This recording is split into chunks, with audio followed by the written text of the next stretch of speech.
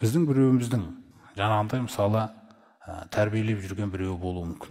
Біреуге жаңағындай біреуді шейх тұтып жүруі мүмкін. Біреудің фатуасымен ғана өмір сүріп жүруі мүмкін. Біреу содан басқа ешкімді тыңдамауы да мүмкін. Сондай бір жағдайлар бар. Бұл да махаббат. Бірақ сіз біліңіз, Аллах елшісінен басқаның бәрі қателеседі. Яғни сүй шейхіңді. Ниеті жақсы да болған шығар. Бұл айтып отқан нәрсеміз бүгінгі күні мына Имам Бухаридің кітабынан беріп отырық қой біз. Имам Бухарида осы сахих кітабын жинауға не алып шықты деп ойлайсыздар? Хадисті жақсы көруі ме?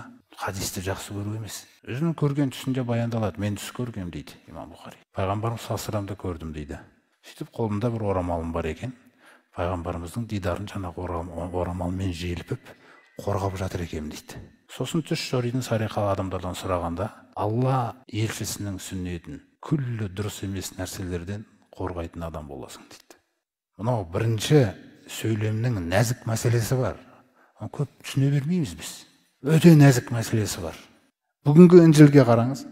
Інжілде Исадан айтылған сөз таппайсың. Бір аятының мүмкін бір басында тұрған шығар. Ішінде Исаның атынан söyленген нәрселер тұр, өтірік. Ойла, Иса мүлде сөйлемеген нәрселер тұр. Тәураттың ішіне кірсеңіз де сол. Енді Құранда Раббымыз сақтаймыз деді, өзі уәде берді. Ал сүннет ол Құранды түсіндіретін рухы Құранның.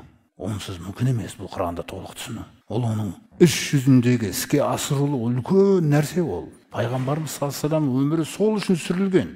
Олай болса ол өмірді сақтау керек. Ал ол өмірді ертең бізге бір буыннан бір буын жеткізеді. Сондықтан ол жеткізілген кезде жаңағы Исаның атынан өтірік сөйлегендей жеткізіліп кетсе ше. Бухаридің заманында Алланың елшісінің атынан сөйлеген қаншалаған ойдан шығарылған хадистер жайылып кеткен елде. Ойлаңыз. Соның бәрін сұрыптау керек болды. Имам Бухари соны 16 жыл жинайды екен. 16 жыл сарп етіледі осыған, өзіңіз ойлаңыз.